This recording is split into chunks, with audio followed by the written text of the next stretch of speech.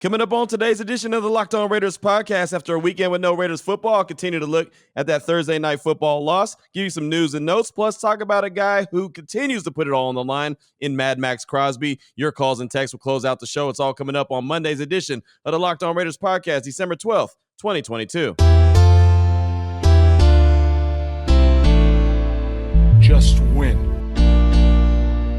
Just win. Just win. Just win. The autumn wind is a raider, pillaging just for fun. He'll knock you round and upside down and laugh when he's conquered and won, and won, and won, and won, and won. And welcome in, Raider Nation, to another edition of the Locked On Raiders podcast. Thank you so much for making the show your first listen each and every day. Remember, you can find the Locked On Raider podcast free and available on all platforms, including YouTube. Got a lot of subscriptions on YouTube, got a lot of feedback on YouTube, and we definitely appreciate that on the daily. Shout out to my man Ari at Ari Producers on Twitter, who's making sure that we're up on YouTube on the daily. And a lot to get to on today's show. And today's episode of the Locked On Raiders podcast is presented by Prize Picks. Prize Picks is daily fantasy made easy. You pick 2 to 5 players. If they score more or less than their Prize Picks projection, you can win up to 10 times your money on your entry. First-time users can receive a 100% instant deposit match up to $100 with promo code Locked On. That's prizepicks.com, promo code Locked On. And the weekend went by, no Raider football since they lost on Thursday night to the Rams 17-16 in a game that we all know they had no business losing. And, you know, it kind of felt good to be able to go throughout the course of the weekend, sit back, relax, watch the Heisman Trophy, see Caleb Williams from USC win the Heisman Trophy, watch other teams play in the NFL, and not have to worry about the results of Raider football. And now we're back at it to talk about that game and talk about the season in general all week long here on the Locked On Raiders podcast. And there's still so many things that I think about as I kind of dissect the game in my brain that went wrong. Like, there were so many things that had to go right for the Rams and so many things that had to go wrong for the Raiders, for the Rams to get that victory. And just about everything that they needed happened. It's pretty ridiculous. Now, I'll say this. On a side note, we know Darren Waller has not played. I do think that he's probably going to come off the IR list, him and Hunter Renfrow, sometime this week, and maybe be able to be available for the Patriots game on Sunday afternoon at Allegiant Stadium. But before I even get into it, I don't criticize people for doing other things, because I get it. It's not all about football, or whatever the case may be. Whatever you do in life, you're allowed to have a life outside of it. But I will say, I think that it was a little bit of ill timing on Friday for Darren Waller to come out with a music video, right? Turf Toe is the name of the video. He put it out on Friday. At least that's when I saw it, was on Friday, and just kind of thought it was a bad look. Now, again, not that it's a bad thing. I have no problem with any player doing something else besides playing football, but it's just the optics. Sometimes people tell me, Q, you got to read the room. Sometimes I think someone needs to tell these guys that, hey, maybe you should read the room. You haven't been out there and available for your team because of injury, and now you're putting out a music video. And again, I get it. It's not out there playing football. I'm sure he can do a music video with a bad hamstring, but just the optics, knowing that the team gave you that money, gave you the contract extension, the fans want to see you out there, your teammates want to see you out there, the coaching staff wants to see you out there, and instead you're putting out music videos. But again, I can't judge a man and tell a man what to do and what not to do, and I never would do that anyway. It's none of my business. Just like me, I dibble and dabble in a whole lot of different things besides just, Raiders football. I do the Locked On Raiders podcast. I do Raider Nation Radio 920. I do ESPN National. I mean, there's a lot of things I do, Raiders Roundtable, that podcast. I mean, there's so much stuff that I do, but I will say, if I wasn't doing my main job really well, then I probably should fall back and not do my side jobs as much either, right? If I can't maintain my main job, I probably should fall back a little bit, or at least not put it out in the public as much that, hey, by the way, I'm over here doing a bunch of side gigs, right? So again, I know music is not a side gig for Darren Waller, but I thought it was just kind of a bad look. Again, it's nothing wrong with doing side stuff, but just seemed like a bad look and bad timing as the Raiders were just coming off that loss to the Rams. He also did an interview over the weekend with Las Vegas PBS, and I didn't get to see the interview, and shame on me. I wanted to check out the interview, but I did see like the advertisement for it on Twitter, and it was, I don't want to say it was concerning, but it was just, it was kind of him opening it up, saying basically from what I saw on Twitter was if he had been missing from football in the past, then he would have relapsed. He would have gone into, what he knows really well, which is obviously drugs and alcohol and all that other stuff. And he said that that's not where he's at right now, which is a good thing. But again, I don't want to say it was about reading the room. I mean, because, hey, Darren Waller could open up and tell me or anyone else, what's going on inside his mind. But, just to see that he did an interview over the weekend, and I was doing ESPN National at the time when that interview played, and my dumb self forgot to record it, so I didn't get to check it out. So I will be paying attention, see if I see something, but I haven't noticed anything as of yet. As far as roster moves that the Raiders made on Friday, they signed center Hronis Grasu to the active roster, and they waived guard John Simpson. Remember, he was the 4th-round pick in 2020 out of Clemson. He was a John Gruden, Mike Mayock guy, one of the many Clemson guys that they had. He fell out of favor with the new coaching staff earlier this year during training camp. And so he had lost his spot. He was really backup to backup to backup. He was forced into action on Thursday after Alex Bars went down. Well, the Raiders officially waived him. As soon as he came into the game, he had a holding penalty. He got blown by a defensive lineman from the Rams. I mean, he just didn't look very good and basically was shown the reason why they had put him on the bench and weren't playing him. So he's officially waived from the Raiders. And now the only player left from that 2020 draft class for the Raiders is Amik Robertson. And we know that he's a in sometimes, out sometimes cornerback. So who knows? After this season gets wrapped up, who knows? And maybe even before, depending on what this coaching staff sees. I don't think so. I don't think that they'd move on from him before. But, I mean, he's going into, the last year of his – no, he's not going into the last year of his contract. He was a 2020 draft pick. So, I mean, he could stick around. Maybe he won't. Who knows? It all depends on what this coaching staff has seen from him. But he did make the 53-man roster during training camp and preseason, and so he's stuck around right now. But he's the last man standing from that 2020 draft class.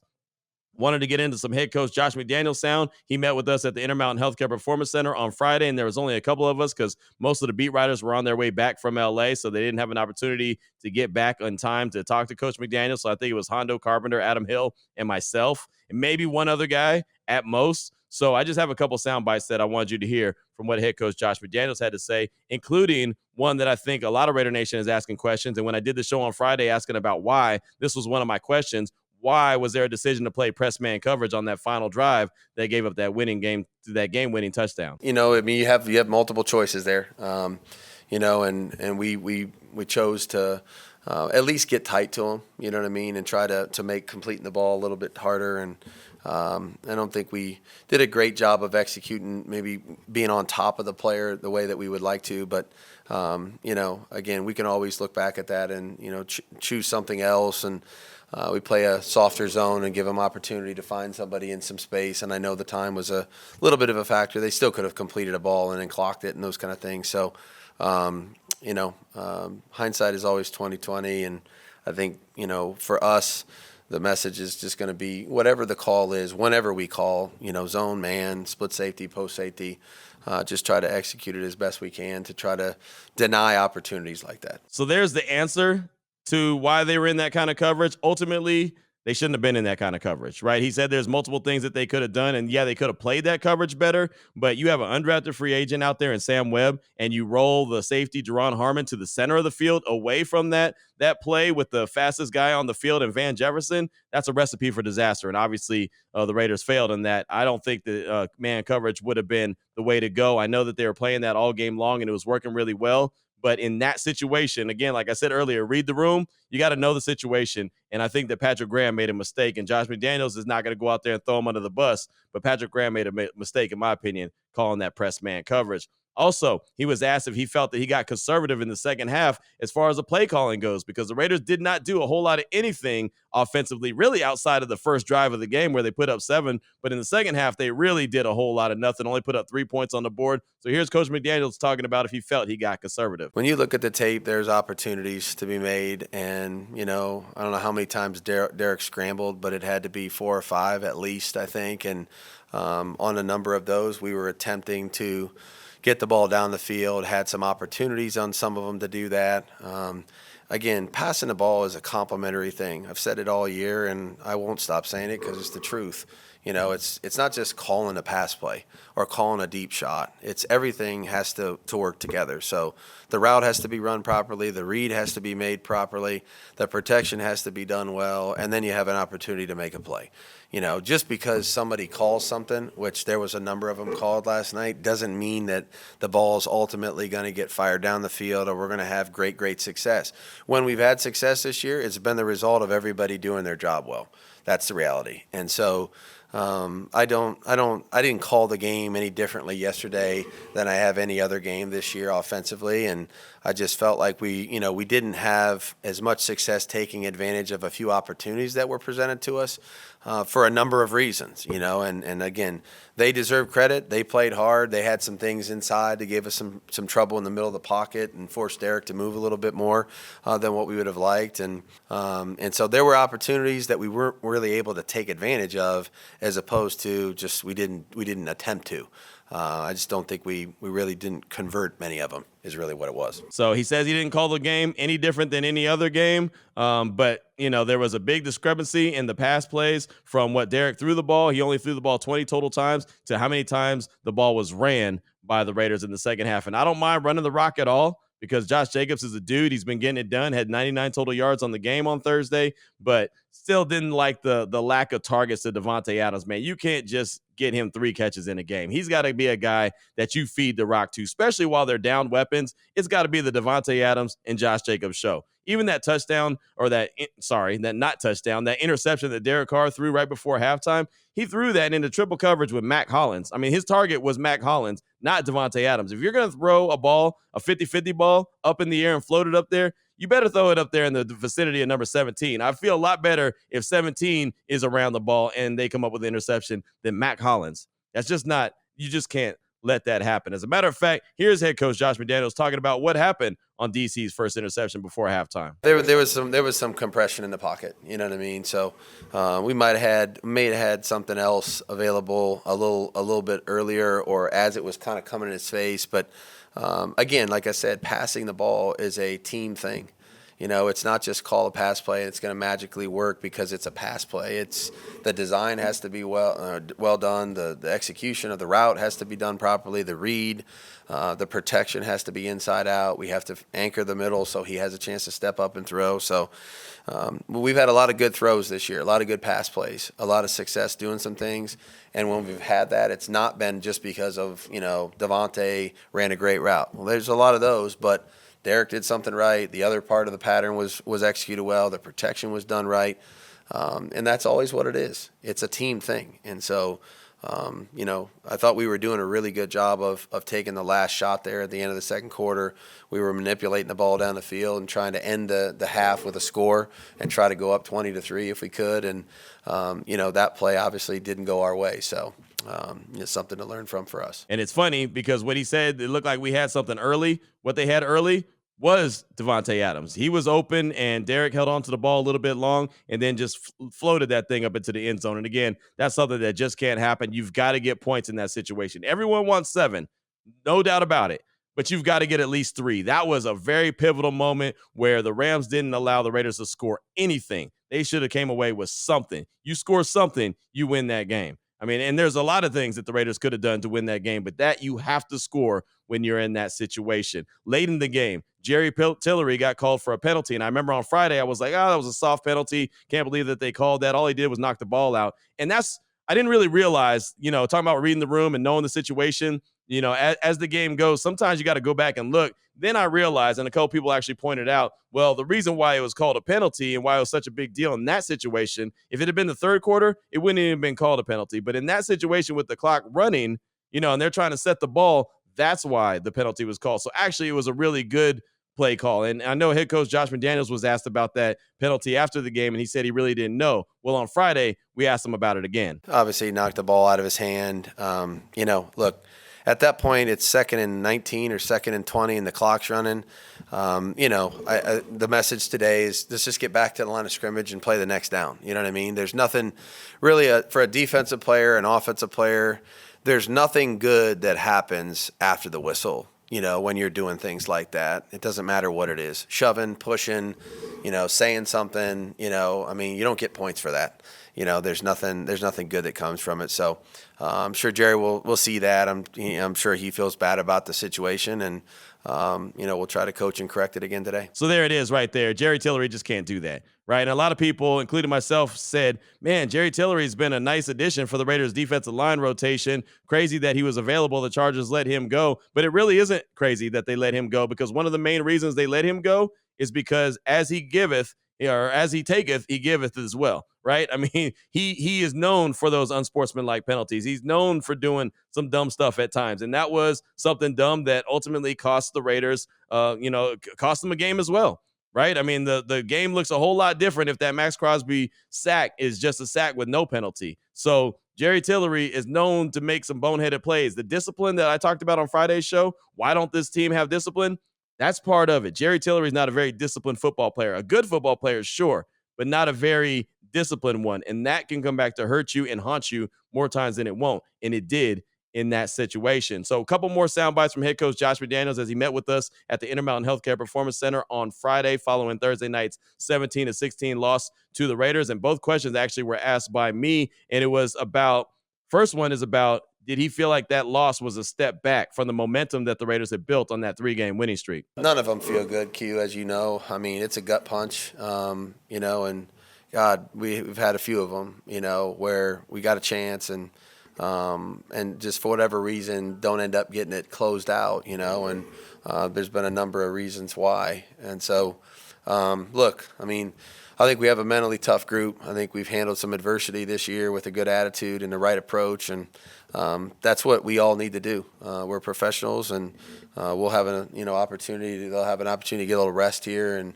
try to get their mind away from things for a few days. And then, when it's time to come back, it's time to go back to work. We got 4 more games that we have control over and, put everything we got into them and see what happens. So he's not going to say that it was a step back. In my opinion, it definitely was a step back because that should have been a 4-game winning streak. That should have been a win on Thursday night. And then the Raiders would have gone into this weekend. They would have gone into the weekend with getting an opportunity to get healthy, get rested and get ready for the Patriots, who, oh, by the way, are coming to Allegiant Stadium on a short week. They're playing tonight, Monday Night Football. So they are coming into the stadium on a short week. The Raiders could have been resting and everything could have played in their favor. Does that mean they would have won the game? No. But now with that step back, in my opinion, losing that game to the Rams that they had no business losing, it just puts them in a tough situation. Final soundbite from head coach Josh McDaniels is just about health. Alex Bars went down early and it looked like he had a pretty bad knee injury, and you could tell the dynamic of the offensive line changed when Bars went out. And then that's when John Simpson got put in the game, and we all saw that he wasn't very good. So here's Josh McDaniels talking about Alex Bars, if there's any update on his injury, and then a follow-up about Josh Jacobs. I don't have anything yet. I think it might be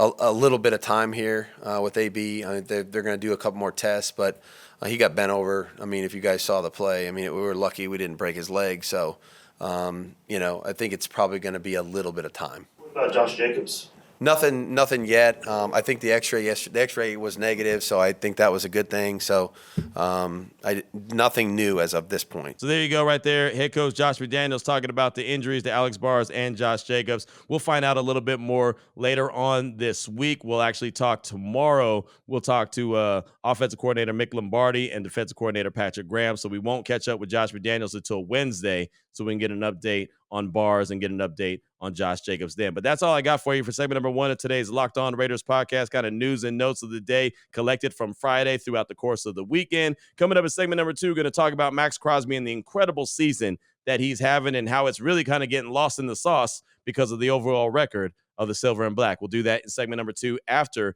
I tell you about a couple great sponsors here, including Turo. Turo is the world's largest car sharing marketplace. With Turo, you can book any car you want, wherever you want it, from a community or local host. Browse a huge selection of vehicles for just about any occasion or budget across the U.S., UK, Canada, and Australia. You can book a spacious SUV or minivan for a family road trip. Get a classic or luxury car for a special event, birthday, or holiday. Find affordable economy cars. You're on a budget, just need to get from A to B, you can do that. Plus, you can test drive that new electrical vehicle you've had your eye on, see if it fits your everyday lifestyle. Many Turo hosts can even deliver the car right to you. Every trip is backed by liability insurance. Terms, conditions, exclusions apply. Forget boring rental cars and find your drive at Turo.com. I also want to tell you about new podcasts from Audible. And what Audible is releasing is a slate of new football podcasts that you're sure you're going to love. How about Think Like a Champion? It's available right now as a bonus episode on Locked On Presents. Think Like a Champion is a brand new podcast from Russell Wilson and Audible. And Russell Wilson hasn't been playing like a champion this year. Went out on Sunday with a pretty bad concussion. Hopefully he's okay. I never look for injuries or root for injuries for any player, but Think Like a Champion is a podcast from Russell Wilson and Audible. He's a champion on the field, but off of it, we rarely know the grind of the path to greatness. Russell Wilson, alongside co-host Harry Wilson and the late Trevor Mowat, digs into how high-performance athletes, artists, and leaders push the boundaries of their potential. You'll hear from two-time Super Bowl champion MVP Von Miller, delivering sharp insights about performing at your highest levels in moments of extreme pressure, or NCAA champion even Tim Tebow, who was also a Heisman Trophy winner. Saw him on Saturday at the Heisman Trophy Awards in New York. He'll discuss how to find your unique personal mission in the world. Each episode features interviews with Olympic medalists, NFL stars, and business leaders. Right now, head over to Locked On Presents for a sneak peek of Think Like a Champion, or catch the full series available anywhere you get your podcast. Available everywhere now. Audible. Get in the game. All right, Raider Nation, here we go. Segment number 2 of today's Locked On Raiders podcast. Want to talk about a bright spot for the Silver and Black this season. And I know it's hard to talk about bright spots when the team is sitting there at 5-8, but man, I really just want to brag on Maxx Crosby. And I know earlier in the season, I did an appreciation podcast when it came to Josh Jacobs, Maxx Crosby, and a couple others, because they were out there balling. Devontae Adams, they didn't get upset and take their ball and go home. Whatever the case may be, they're out there being true professionals. But I really want to just focus in on Mad Maxx Crosby, because the numbers that he's putting out and the effort that he's putting out for the team is just incredible. This dude could easily be in the running for Defensive Player of the Year, and he's not going to get it. He's not going to get it because of, the Raiders' overall record. And I'm okay with that. I don't think it's a bad thing. I think that if you're going to be in the running for a Defensive Player of the Year or any kind of award like that, your team should be winning, even though it's an individual award. But it should show how valuable you are to that team and how much you've helped that team succeed. And he's done everything he can and then some, right? Chandler Jones is starting to come up to the party. He had a sack on Thursday against the Rams, so he's up to 4.5 sacks on the season. But Maxx Crosby is just really the leader in the clubhouse. He is on a mission, and I realize, Raider Nation, he gets held almost on every play. I know Thursday night against the Rams, he got held multiple times. I've had multiple people hit me up and say, I can't believe you didn't talk about how many times he got held. Look, ultimately, Maxx Crosby is going to get held. When Khalil Mack was a Raider, he got held all the time too, and there wasn't calls. I'm never going to lean on calls and say that's the reason why the team lost. Maxx Crosby getting held all Thursday in the game is not the reason the Raiders lost. The reason the Raiders lost is because the Raiders lost. They found a way to lose that game. Yeah, did he get held? Should there have been a safety called in the end zone on that last drive? Absolutely. No doubt. But, Jerry Tillery shouldn't have made the play he made. The Raiders shouldn't have been in press man coverage when they gave up a touchdown. Derek Carr shouldn't have thrown an interception into the end zone before halftime. There's so many things that you can look at and say, that shouldn't have happened, that shouldn't have happened, that shouldn't have happened. And oh, by the way, Maxx Crosby shouldn't have been held either. I'm never going to come to the show and just go on some full rant about the officiating. I'm not going to do it. I think that's poor and makes a bunch of excuses. And I'm not about making excuses. I'm about coming up with solutions. I've done shows before where I let it be known, like, hey, that's part of it. That's part of being a Raider. You know that the officials look at the Raiders and they're going to call games for the Raiders one way, one how. That's what we all signed up for as Raider fans. We all know that that's part of it, right? That's part of the Renegade mentality that we all have and we all fell in love with as we all became Silver and Black fans. It's just part of it. So for me to come here and harp on it for 30 minutes, I'm not going to do that. I even had someone over the weekend tell me that I was part of basically the conspiracy. I was under someone's thumb, in their words. That was their exact words. You're under someone's thumb, the NFL being rigged, which is insane. Silly. The NFL doesn't care about what I talk about or what I'm saying. You're giving me way too much credit. But let's get back to Maxx Crosby, because that's what I really want to talk about. What he's put up, the numbers he's put up, and the season he's putting up. And look, there's still 4 more games, right? This dude he is on pace to just put up a monster season for the Silver and Black. 73 tackles he has on the season. That's second on the team, only to Divine Diablo, who's been out for a while, by the way. But 73 tackles for a defensive end, that's big time. That doesn't happen that often. That lets you know that he's not only just concentrating on getting to the quarterback, he's also about stopping the run. He's also about getting tackles for loss. He has 11.5 sacks, which obviously leads the team. The 73 tackles is second on the team. He has 19 tackles for loss. Oh, by the way, that leads the team as well. 4 passes defense. That's tied for third on the team. Again, remember, this is an edge rusher that's learning a new defense under Patrick Graham. And look, for Maxx Crosby, there's not a whole lot of things that you need to tell him besides pin his ears back, get to the quarterback, or try to stop the run. But he has become an all-around player. It's not just one-dimensional where there's only one thing he's going to focus in on, and that's the QB. He's doing everything. Tackles for loss, sacks, passes defense. Again, 4 passes defense. He's tied for third on the team. Rock Ya-Sin has 7. Jerron Harmon has 5. Trayvon Merrick has 4. Those guys are all in the secondary. Maxx Crosby has 4 as a defensive end. So to me, that reminds me of when J.J. Watt was being J.J. Swat. Remember when he was really at his peak in Houston, when he was Defensive Player of the Year, when he was that guy that every offense feared? That's who Maxx Crosby is turning into. He's able to do everything. He's not a one-trick pony. I can really appreciate that. And even in a season that sucks and the team is 5-8, even though they shouldn't be, they should probably have 3 or 4 wins under their belt, but they don't. And, woulda, shoulda, coulda, but you can't. So they're that. He has 3 forced fumbles. That's first on the team, and 1 fumble recovery. And, oh, by the way, he's also blocked a kick, and he's the only guy on the team that's done that. The only thing he hasn't done so far is score. And you know what? There's 4 games left, so I wouldn't actually say that he's not going to score. There's a good chance that he does get in the end zone somehow this season. I don't know how. I don't know if it's going to be an interception, if he's going to recover a fumble and take it to – I don't know what he's going to do. But at this point, I wouldn't bet against it. Now with 4 games left, this dude is just playing at a whole different level. He's taking his game from where it was to where it is now. It's like night and day. And there's a reason why the Raiders gave him that big contract extension before the season began, because they knew that's a dude that they can build around. That's also a dude that's going to attract other players to want to come to the team and play with. And I know that, no one wants to talk about next season already, but when you look at free agents, guys are going to want to come play with that dude, Maxx Crosby. We heard that a lot from Chandler Jones, right? I get to play with Maxx Crosby. He said that every time he talked to the media before the season started. And I know it hasn't shook out the way it's supposed to, but that's a big deal. Unique Ngakoue, when he was here, he wanted to play with Maxx Crosby. There's going to be guys in the secondary, some area that the Raiders really need help, that are going to want to play because that dude, Maxx Crosby, is up there. I mean, that is a guy to build around and get excited about. And on top of that, Raider Nation, he is a true Raider through and through. The dude, after every game, every loss, that Thursday night game, what'd he say? I feel for the fans. They don't deserve that, right? After the Indianapolis Colts game, it sucks, right? He's talking about the fans don't deserve. The fans deserve better. Putting it out on Twitter, the fans deserve better. He gets it. He gets the pulse of Raider Nation. And that, again, is a true Raider. He's not just a guy who just came into the organization, is picking up a paycheck, and, well, he's already had a hell of a career, and he's just trying to, get things wrapped up. No, he's out there trying to be an all-time Raider great. Not just an all-time great. There's a difference. An all-time Raider great. I could appreciate that. So it's going to get lost in the sauce because the Raiders only have 5 wins on the season. Again, I totally get it.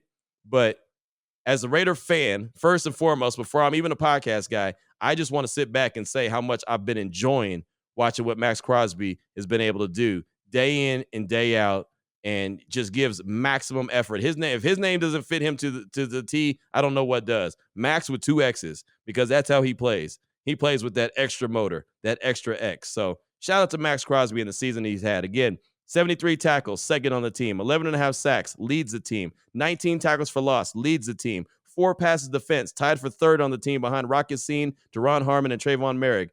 3 forced fumbles, first on the team, and a fumble recovery, and a kick block. The only guy on the team that has done that. That's what I got for you for segment number 2 of today's Locked On Raiders podcast. Coming up in segment number 3, going to get into your calls and text straight off that Locked On Raider podcast voicemail line, 707-654-4693. Before I get into that, though, I do want to tell you about the title sponsor of today's show, which is Prize Picks. And Prize Picks is daily fantasy made easy. You pick 2 to 5 players. If they score more or less than their Prize Picks projection, you can win up to 10 times your money on any entry. You don't play against anybody. It's just you versus the projections available. They offer projections in any sport you watch: NFL, NBA, NHL, PGA, college hoops, men and women. It doesn't matter. They got you covered. The World Cup, yep, they got you covered in that as well. Entries can be made in 60 seconds or less. It's that easy. Safe and fast withdrawals. Currently operational in over 30 states and in Canada. Right now, download the Prize Picks app or go to prizepicks.com to sign up and play daily fantasy sports. First-time users can receive a 100% instant deposit match up to $100 with promo code Locked On. You deposit $100, Prize Picks will give you $100. You deposit $50, you got it. Prize Picks will give you $50. Don't forget, enter promo code Locked On at sign up for instant deposit match up to $100. Here we go, Raider Nation. Segment number 3 of today's Locked On Raiders podcast. Your time to shine. Your calls and texts straight off that Locked On Raider podcast voicemail line, 707-654-4693. Let's start off with a text today from Raven in SoCal. It says, Q, McDaniels appears to have no clue of how to build on a lead, as once again, the team is ahead by double digits, the offense disappears. And at the end of the game, players are looking at the scoreboard with a glazed look in their eye with no idea how they just lost the game. Defensively, Patrick Graham's unit allows a quarterback just picked up off the waiver wire who got a hold of the team's playbook less than 40 hours before the game and who had 0 practice Take the team down the field 98 yards with no timeouts to win the game.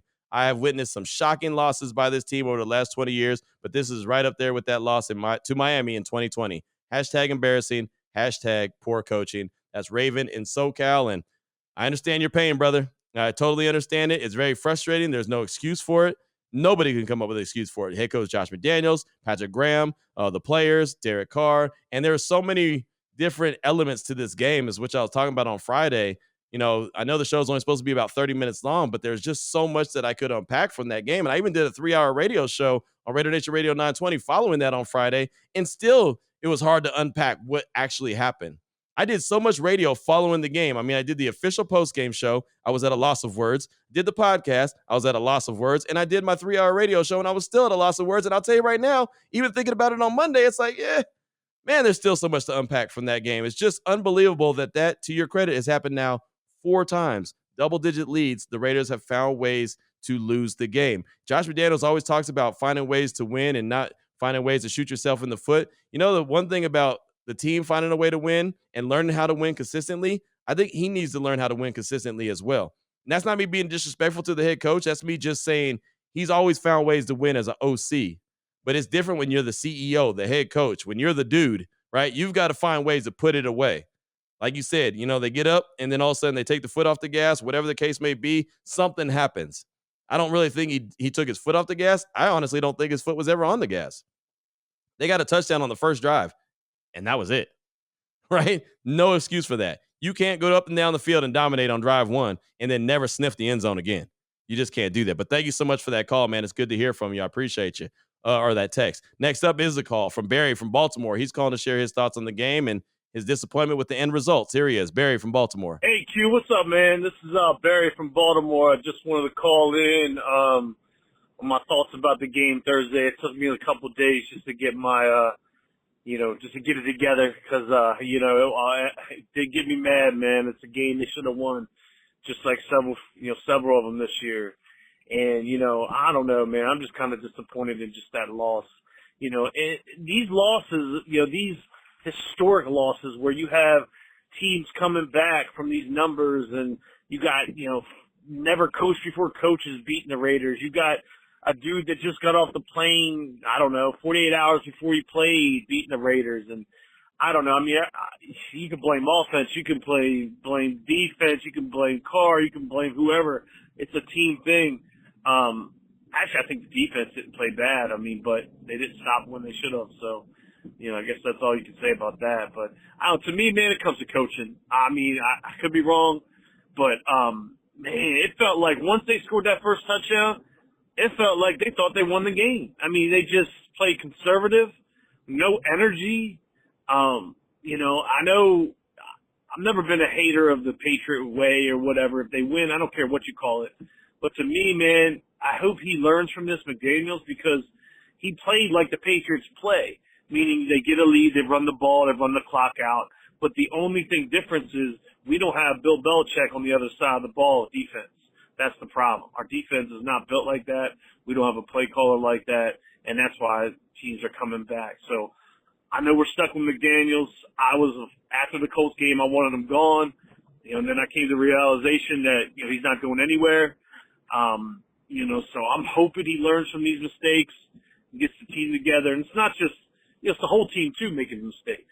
The jumping off for the punt, the artillery, it's just a combination of things, man. It's just embarrassing.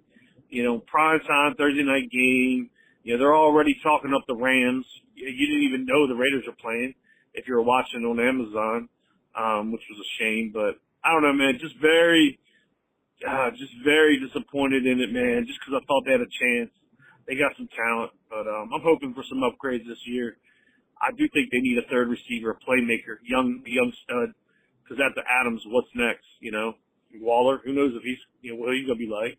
Renfro, I mean, I got to believe it when I see it in this offense. But anyways, man, that's just me calling in. I always appreciate what you do. I know it's hard for you guys and what you do with, with us losing, Raiders losing, but it is what it is, man. But thanks, man. Go Raiders. I'm out. Thanks, Barry, for the call. I appreciate you. And I'll say, man, it felt like once they scored that first touchdown that they thought the game was over. Really? Like I was saying with Raven and SoCal, how do you get in the end zone on the first drive? That was something that was one of my biggest keys to the game, was just get that first drive, go down and dominate, get in the end zone early, right? Show what you got. And for them not to be able to do that, I was like, what in the world? What in the world just happened? It really absolutely blew my mind. So I don't know how things change quick, fast, in a hurry. I don't think the Rams defense was that good. I just think that the Raiders offense, really played into their hand. They're not very good against the pass, and the Raiders ran the rock just about the whole game. So there's that. Thank you so much for the call, Barry. It's good to hear from you. Next up, I got a text from John from the South Bay. He says, "Hey Q, been listening and enjoying your pod. You run an entertaining show, and it seems as though you feel at least some of Raider Nation's pain. Are you an actual fan? If so, how long? As much as I enjoy the content that beat writers like Tashawn, Vic, and Vinny B put out, without being an actual fan of the team, I don't feel like they fully understand the pain this fan base has gone through. Anyway, being a relatively new listener, I definitely love to hear about your connection to the team, whether you're a fan or not. Your shows definitely has helped me cope with the frustrations of this season. I look forward to your shows to help me get through the workday best. That's John from the South Bay, currently in SoCal. And John, thank you for the text, my man. And yeah, man, I'm Raider Nation through and through. Before I ever got into any of this radio stuff, podcasting stuff, any of this stuff, I was just a fan, man. I was just a cat that went across the bridge there at the Coliseum with my buddy Daniel. We went to all the home games, hustling tickets there, and we watched the Silver and Black. We went to, the tailgate parties. We had all the fun. That's what we did. And really, the only reason I got into this is because I always felt, even when the Raiders were going to the Super Bowl back in 2002 in the calendar year, that they weren't getting talked about enough, right? I'm a Bay cat. I was a Bay cat forever, and I just felt like they weren't being talked about on, sports shows enough. They weren't getting Sports Center enough. Even local news wasn't talking about them enough. And I'm like, why is this a good team that no one's talking about? So I always said, if I had an opportunity to talk about this team, I would. So long story short, I go to Texas. I become a sports radio guy for ESPN Central Texas. And, I'm on the radio talking about the Raiders. And my buddy James Arcelana from Oakland, who actually wasn't my buddy at the time, but put out on Twitter, "Hey, man, I'm thinking about doing a Raider podcast. Would anyone want to join me?" And I hit him up and I was like, "Dude, I'd do it. If you want to do it, let's do it." And, we went back and forth a little bit. We did it. It was called the Black Hole Banter. It was a really fun podcast. And then David Locke picked me up to do this Locked On Raiders podcast. And this thing, I've been doing it since John Gruden was the head coach the second time for the Silver and Black. And then now I'm in Vegas and I work for Raider Nation Radio 920. So, yeah, I'm through and through a Raider fan. First and foremost, I'll keep it professional. I'll keep it even and fair. I won't, let my Raider fandom, I won't see everything through silver and black glasses and everything's not rainbows and puppy dogs. I'm going to call it how I see it. But, yeah, man, I mean, I wouldn't be where I'm at right now if I wasn't a Raider fan, because like you said, I know the frustrations of the fan base. Absolutely. You hit that on spot on, right on the head. So thank you so much and appreciate you being a new listener to the Locked On Raiders podcast. We'll close things out with a call, and I know we're going a little bit long. My man Ari is going to be mad at me. We'll take a call from Evan from Murrieta. He's calling to talk about the loss and what he's thinking about the team and also the coaching staff. Here he is, Evan from Murrieta. Hey, Q, this is Evan from Murrieta, Raider Evan from Murrieta, and calling after a very, very disgusting loss. Basically the fourth loss this year where we've given up huge leads. I've listened to the presser by Coach McDaniel, and it's just the same old stuff. Regurgitated, can't win until we have to learn how not to lose before we can win. I mean, it's just, last year, we knew how to win the close games. This year we've lost 4 tough games. 2 incredibly despicable losses to Jeff Saturday and Baker Mayfield, who had one day to learn a playbook. That is unconscionable. He's lucky as Mark Davis as the owner, because I think many owners would have just said, "This is it. I'm not watching this anymore." And I might have been, he's lucky I'm not the owner. So kudos to Mark Davis for having patience. Kudos to Mark Davis for being very loyal. But as a Raider fan, I mean, these losses are gut-wrenching and disgusting, and maybe we take it harder than the coach, which is really sad. I mean, he looks like he can get up there and just, let it slide. Hey, we just have to go on, move on. And, it's hard to move on from these type of losses. It's disgusting. And so support the Raiders, be with them 100% always, but not very happy with our coaching staff. I think that our coaching staff decision-making, play calling has been atrocious in these 4 losses. I put the blame on them. Derek Carr has regressed under Coach McDaniel, and it's very, very difficult to be a Raider fan this year when we had very high hopes. And 4 of the worst losses I can remember, and 2 of maybe the most disgusting losses ever. So that's all I got, Q. Go Raiders. We'll hang with you forever, but very difficult. And I'm not very happy with our coaching staff. And, like I said, kudos to Mark Davis. And he's lucky a lot of Raider fans aren't the owners, because he would be fired otherwise. So I'm a Raider for life. Not very happy right now. Thanks, Q. Evan, thanks so much for the call. And I think there's been a lot of questionable decisions in multiple games, right? I can go all the way back to Kansas City when I didn't think that the Raiders should go for 2. When they scored that touchdown, they could have kicked the extra point and tied the game and had 4 minutes left to figure out what they can do. Maybe get a stop, get the ball back, win the game. Who knows? Maybe go to overtime, win the game. I thought that was a bad decision. There's been plenty of decisions that head coach Josh McDaniels or Patrick Graham has made that I said, yeah, wasn't a big fan of that. There was a lot of things in that game on Thursday night that I wasn't a big fan of. And, it results in what it is right now. 5-8, and there's been 4 tough losses. You shouldn't lose when you're up 20-0 against the Cardinals at your place, week 2. That shouldn't happen. You had an opportunity to win week 5 against the Chiefs in their place in Kansas City.